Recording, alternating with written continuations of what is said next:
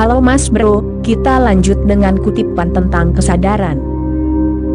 Manusia adalah benih potensi yang besar, manusia adalah benih dari kebudaan. Setiap orang dilahirkan untuk menjadi seorang Buddha. Manusia tidak dilahirkan untuk menjadi budak, melainkan untuk menjadi tuan. Tetapi sangat sedikit yang mengaktualisasikan potensi mereka. Dan alasan jutaan orang tidak bisa menyadari potensi mereka adalah karena mereka menganggap remeh bahwa mereka telah memilikinya. Hidup hanyalah kesempatan untuk tumbuh, untuk menjadi, untuk berkembang. Kehidupan itu sendiri kosong, kecuali dirimu kreatif, dirimu tidak akan bisa mengisinya dengan kepuasan. Dirimu memiliki sebuah lagu di hatimu untuk dinyanyikan, dan dirimu memiliki tarian untuk ditarikan, tetapi tarian itu tidak terlihat, dan lagu itu, bahkan dirimu belum mendengarnya. Itu berada jauh di dalam, tersembunyi di inti terdalam keberadaanmu.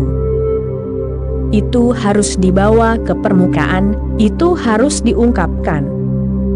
Itulah yang dimaksud dengan aktualisasi diri. Jarang ada orang yang mengubah hidupnya menjadi pertumbuhan, yang mengubah hidupnya menjadi perjalanan panjang aktualisasi diri, yang menjadi apa yang seharusnya ia menjadi. Di timur kita menyebut orang itu Sang Buddha, di barat kita menyebut orang itu Sang Kristus.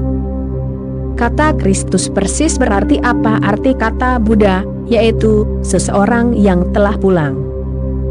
Kita semua adalah pengembara yang mencari rumah. Tetapi pencarian itu sangat tidak disadari, meraba-raba dalam kegelapan, tidak benar-benar menyadari apa yang kita raba-raba, siapa kita, kemana kita akan pergi.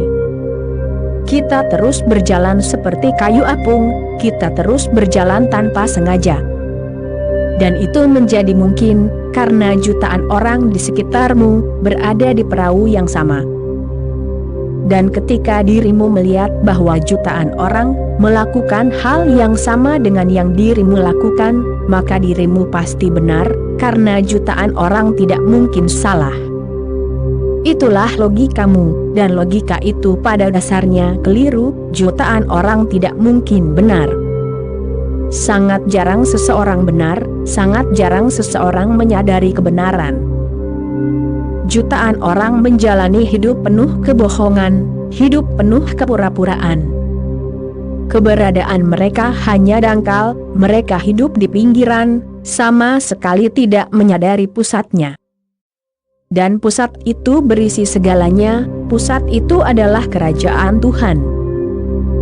Langkah pertama menuju kebudaan, menuju realisasi potensi tak terbatasmu, adalah menyadari bahwa hingga kini, dirimu telah menyia-nyiakan hidupmu, bahwa hingga kini dirimu tetap sama sekali tidak sadar. Mulailah menjadi sadar, itulah satu-satunya cara untuk mencapainya. Itu sulit, itu berat. Tetap tidak disengaja itu mudah, itu tidak memerlukan kecerdasan, oleh karenanya itu mudah. Setiap orang bodoh bisa melakukannya, semua orang bodoh sudah melakukannya.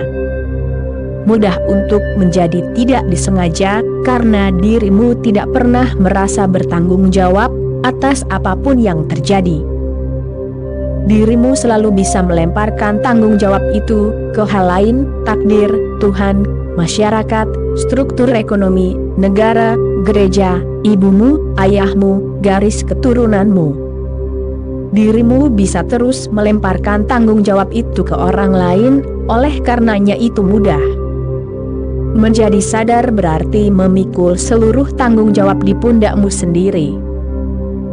Bertanggung jawab adalah awal dari kebudaan. Ketika aku menggunakan kata bertanggung jawab, aku tidak menggunakannya dalam konotasi biasa, tentang menjadi orang yang patuh. Aku menggunakannya dalam makna yang sebenarnya dan hakiki, yaitu kapasitas untuk menanggapi, itulah maknaku. Dan kapasitas untuk menanggapi hanya mungkin jika dirimu sadar. Jika dirimu tertidur lelap, bagaimana dirimu bisa menanggapi? Jika dirimu tertidur, burung-burung akan terus berkicau, tetapi dirimu tidak akan mendengarnya, dan bunga-bunga akan terus mekar, dan dirimu tidak akan pernah bisa merasakan keindahan, keharuman, kegembiraan, yang mereka curahkan pada keberadaan. Bertanggung jawab berarti waspada, sadar. Bertanggung jawab berarti penuh perhatian. Bertindaklah dengan kesadaran, sebanyak mungkin yang dirimu bisa. Bahkan hal-hal kecil, berjalan di jalan, makan makananmu, mandi, tidak boleh dilakukan secara mekanis. Lakukanlah dengan kesadaran penuh. Perlahan-lahan, tindakan-tindakan kecil menjadi bercahaya, dan lama-kelamaan tindakan-tindakan bercahaya itu terus berkumpul di dalam dirimu, dan akhirnya terjadi ledakan. Benih telah meledak, potensi telah menjadi nyata. Dirimu bukan lagi benih, melainkan bunga teratai emas, bunga teratai berkelopak 1000. Dan itulah momen berkah besar, Buddha menyebutnya nirwana. Seseorang telah tiba. Sekarang tidak ada lagi yang harus dicapai, tidak ada tempat untuk dituju. Dirimu bisa beristirahat, dirimu bisa bersantai, perjalanan telah berakhir. Kegembiraan yang luar biasa muncul pada saat itu, ekstase yang luar biasa lahir. Tetapi seseorang harus memulai dari awal. Manusia berada dalam kegelapan, sama sekali tidak sadar. Melakukan sesuatu, tanpa tahu mengapa. Hanya melakukan sesuatu, karena ada dorongan bawah sadar untuk melakukannya. Nah, ini bukan sekadar hipotesis mistis tentang manusia. Sigmund Freud, Gustav Jung, Alfred Adler, dan yang lainnya, para peneliti modern tentang jiwa manusia, juga menemukan fakta yang sama. Freud mengatakan manusia hidup tanpa sadar, meskipun pikiran begitu licik, sehingga bisa menemukan alasan dan motif. Setidaknya pikiran bisa menciptakan kedok, seolah-olah dirimu menjalani kehidupan yang sadar. Dan itu sangat berbahaya, karena dirimu bisa mulai mempercayai kedokmu sendiri. Jika hidupmu hilang, dirimu tidak akan bisa menggunakan kesempatan yang sangat berharga ini. Orang-orang terus melakukan hal-hal yang tidak disadari, meskipun mereka menderita, meskipun mereka sangat sengsara, mereka tetap melakukan hal-hal yang sama, yang mendatangkan kesengsaraan bagi mereka. Mereka tidak tahu apa lagi yang harus dilakukan. Mereka tidak ada di sana, mereka tidak hadir, karenanya mereka tidak bisa melakukan apapun. Mereka terjebak dalam naluri bawah sadar. Hal yang dirimu sebut hidupmu, sungguh mengerikan. Tetapi dirimu terus memaksakan diri, melakukan tindakan yang sama berulang kali. Tidak tahu harus berbuat apa lagi, tidak tahu harus pergi kemana lagi, tidak tahu bahwa ada alternatif lain yang mungkin, bahwa ada gaya hidup alternatif yang mungkin. Dan alternatif terbesar adalah dimensi keagamaan. Dimensi keagamaan berarti dimensi kesadaran, kewaspadaan, dan menjalani hidup dengan mengingat diri sendiri. Izinkan aku menambahkan, bahwa yang aku maksud dengan mengingat diri sendiri, bukanlah kesadaran diri. Kesadaran diri adalah fenomena yang salah, itu adalah nama lain dari ego. Mengingat diri sendiri adalah fenomena yang sama sekali berbeda, itu adalah penghentian ego. Dalam kesadaran diri tidak ada kesadaran, yang ada hanya diri sendiri. Sedangkan dalam mengingat diri sendiri, tidak ada diri, yang ada hanya mengingat. Seluruh metodologi Buddha adalah mengingat diri sendiri, sama sakti. Telah diterjemahkan sebagai perhatian yang benar, atau kesadaran yang benar. Apakah kesadaran yang benar itu? Apakah kesadaran juga bisa salah? Ya, ada kemungkinan, jika kesadaran menjadi terlalu terfokus pada objek, maka itu adalah kesadaran yang salah. Kesadaran harus menyadari dirinya sendiri, maka itu adalah kesadaran yang benar. Ketika dirimu melihat pohon, gunung, bintang, dirimu bisa sadar akan pohon, sadar akan gunung, sadar akan bintang. Tetapi dirimu tidak sadar akan orang yang sadar akan semua hal ini. Ini adalah kesadaran yang salah, terfokus pada objek. Dirimu harus mengalihkannya dari objek, dirimu harus membantunya berputar ke dalam. Dirimu harus membawanya ke interioritasmu sendiri, dirimu harus mengisi subjektivitasmu dengan cahayanya. Ketika seseorang dipenuhi cahaya, tidak menunjukkan hal-hal lain dalam cahaya, melainkan hanya menunjukkan cahaya itu sendiri, maka itu adalah kesadaran yang benar, dan itulah pintu menuju nirwana, menuju keilahian, menuju aktualisasi diri. Dengan kelahiran, dirimu hanya diberi kesempatan. Tidak ada keharusan batiniah, bahwa dirimu akan benar-benar menjadi, bahwa potensimu akan terwujud, bahwa dirimu akan benar-benar mencapai keberadaan. Hanya kesempatan yang diberikan, lalu terserah dirimu. Dirimu harus menemukan jalannya, dirimu harus menemukan master, dirimu harus menemukan situasi yang tepat. Ini adalah tantangan besar. Hidup adalah tantangan besar untuk mengenal diri sendiri. Jika tantangan ini diterima, dirimu benar-benar menjadi manusia untuk pertama kalinya. Jika tidak, dirimu akan terus hidup pada tingkat submanusia. Dan bukan hanya orang-orang duniawi yang menjalani kehidupan tanpa kesadaran.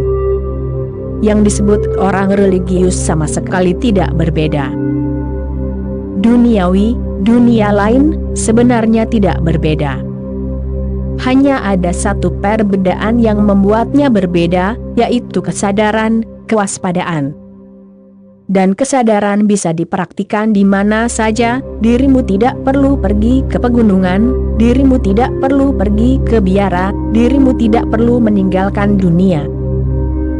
Faktanya, berada di dunia ini, lebih mudah untuk mempraktikkan kesadaran daripada di tempat lain. Cara termudah untuk menjadi sadar adalah berada di dunia dan mempraktikannya, karena dunia memberimu begitu banyak kesempatan. Sebuah biara tidak bisa memberimu begitu banyak kesempatan. Tinggal di gua gunung, kesempatan apa yang dirimu miliki untuk waspada? Dirimu akan semakin mengantuk di sana, semakin tumpul. Kecerdasan tidak akan dibutuhkan, karenanya dirimu akan kehilangan semua ketajaman kecerdasan. Dan kesadaran tidak akan dibutuhkan, tidak akan ada tantangan untuk itu. Hanya dalam tantanganlah kehidupan tumbuh. Semakin besar tantangannya, semakin besar kesempatannya. Dan dunia ini benar-benar penuh dengan tantangan. Jangan pernah meninggalkan dunia. Bergembiralah di dunia. Di masa lalu kita telah terlalu banyak meninggalkan, tapi hasilnya nihil. Berapa banyak Buddha yang telah kita hasilkan di masa lalu? Mereka bisa dihitung dengan jari. Sangat jarang, sangat langka, seseorang menjadi Buddha, Kristus, atau Krishna. Dari jutaan dan jutaan benih, hanya satu benih yang tumbuh. Itu tidak banyak. Itu adalah pemborosan potensi manusia yang besar. Dan alasannya adalah sikap melarikan diri dari kenyataan oleh berbagai ajaran agama. Aku meneguhkan hidup, aku bersuka cita dalam hidup. Dan aku ingin kita semua menjalani hidup dengan mendalam, intens, penuh gairah, dengan hanya satu syarat, kesadaran, kewaspadaan, kesaksian. Dan aku tahu kesulitan muncul, karena kita akan hidup dengan jutaan orang yang mengantuk, dan tidur itu menular, seperti halnya kesadaran. Kesadaran juga menular, oleh karena itu pentingnya bersama seorang master. Seorang master tidak bisa memberimu kebenaran. Tidak seorang pun bisa memberikan kebenaran kepada orang lain. Kebenaran tidak bisa dipindah tangankan. Seorang master tidak bisa membawamu ke tujuan akhir, karena dirimu harus tiba di sana sendirian, tidak seorang pun bisa menemanimu. Dirimu tidak bisa mencapainya dengan meniru sang master, karena semakin dirimu meniru seseorang, semakin palsu dirimu jadinya. Bagaimana dirimu bisa mencapai kebenaran dengan menjadi palsu?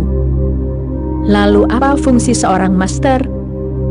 Lalu apa gunanya mencari seorang master? Lalu untuk apa menjadi murid? Namun, ada alasannya, dan alasannya adalah bahwa kesadaran itu menular, sama seperti rasa kantuk. Jika dirimu duduk dengan beberapa orang yang semuanya merasa mengantuk, dirimu akan mulai merasa mengantuk. Jika beberapa orang tertidur, dan dirimu duduk bersama mereka, dirimu bisa melihat maksudnya, getaran tidur itu menjangkaumu. Dan hal yang sama terjadi, meskipun sedikit sulit karena tidur itu sulit, dan bangun itu sulit. Itu adalah tugas yang sedikit lebih sulit. Akan tetapi, bersama dengan seorang yang sudah bangun, yang adalah seorang Buddha, pasti akan membuatmu waspada, hanya dengan bersama dengan sang master. Kita terus-menerus dipengaruhi oleh orang-orang di sekitar kita. Kita mungkin sama sekali tidak menyadari fakta bahwa apapun yang kita pikirkan telah diberikan oleh orang lain kepada kita, apapun yang kita rasakan, bahkan itu pun telah diberikan kepada kita oleh orang lain. Anak-anak belajar dengan meniru. Bahkan emosi kita mungkin hanya pinjaman, bukan hanya pikiran kita, perasaan kita mungkin hanya pinjaman. Orang bahkan bisa mati hanya karena ide yang pinjaman. Apakah tanah air itu? Sebuah ide yang terus kita masukkan ke dalam kepala anak-anak kecil. Dan kita terus memberitahu mereka bahwa mati demi tanah air berarti menjadi orang hebat, berarti menjadi martir. Mati demi tanah air adalah kebajikan terbesar. Dulu mereka juga mengatakan hal yang sama tentang agama dan gereja, mati demi gereja, mati demi agamamu, adalah cara pasti untuk masuk surga. Seketika itu juga kamu akan diangkat ke surga, jika kamu mati demi agamamu. Membunuh orang lain demi agamamu bukanlah dosa. Mati demi agamamu sendiri bukanlah bunuh diri. Membunuh bukanlah pembunuhan, bunuh diri bukanlah bunuh diri. Begitu ide-ide ini tertanam dalam dirimu, tercetak dalam dirimu, ide-ide itu mulai berfungsi dari sana. Kita belajar dari orang lain. Mungkin itu idemu tentang Tuhan, mungkin pendeta, atau rabi. Semuanya sama, kita belajar dari orang lain. Dalam keintiman yang dekat dengan seorang master, dua hal terjadi. Pertama adalah kesadarannya yang menular, cintanya yang menular, belas kasihnya yang menular. Dan kedua, pembelajaran yang luar biasa. Apapun yang telah dirimu pelajari dari orang-orang yang mengantuk, apakah itu tentang semangka atau tentang rabi, tidak banyak perbedaan antara semangka dan rabi. Apa yang telah dirimu pelajari dari gereja yang mapan, dan negara, dan sistem pendidikan, yang semuanya melayani kepentingan pribadi, yang semuanya melayani masa lalu yang mati, yang tidak melayanimu. Ingatlah, mereka akan mengeksploitasimu, mereka akan mereduksimu menjadi mesin, efisien, tetapi mesin adalah mesin, baik efisien atau tidak efisien. Fungsi mereka adalah menjadikanmu budak masyarakat, dan masyarakat itu sakit, masyarakat itu gila, masyarakat itu patologis. dua hal terjadi dalam afinitas sang master. Yang pertama, kesadarannya yang menular, dan yang kedua, proses melupakan. Dia mulai menghancurkan semua yang telah dirimu pelajari. Dia tidak bisa memberimu kebenaran, aku ulangi, tetapi dia bisa menyingkirkan kebohongan. Dan itu adalah salah satu hal yang paling penting. Tampaknya, kebenaran tidak akan pernah terjadi padamu. Kebenaran akan terjadi padamu dalam kesendirianmu, tetapi sebelum itu bisa terjadi, semua hambatan harus disingkirkan, hambatan kebohongan yang telah ditempatkan di jalan kebenaran. Sang Master bisa menyingkirkan kebohonganmu. Fungsinya negatif dalam hal itu, dan positif dalam hal menular. Getarannya bisa menyentuh dan membangunkanmu. Ia bisa menjadi sinar matahari yang masuk melalui jendela kamar tidurmu, menyinari wajahmu, dan berkata, "Sudah pagi, sekarang bangun," sehingga dirimu sulit tidur. Ya, Sang Master bisa membuatmu sulit tidur, dan sulit meniru, dan sulit belajar dari mereka yang sebenarnya adalah musuhmu, bukan temanmu. Jika kedua hal ini memungkinkan, hidupmu mulai bergerak, dirimu tidak lagi terkungkung. Benihmu telah jatuh di tanah yang tepat, sekarang pada waktu yang tepat, tunas akan muncul. Segera akan tiba musim semi, dan dirimu akan melihat bungamu sendiri. Dan bunga kesadaran adalah bunga yang paling agung yang ada. Oke Mas Bro, itulah kutipan kali ini, kita sambung lagi nanti. Terima kasih.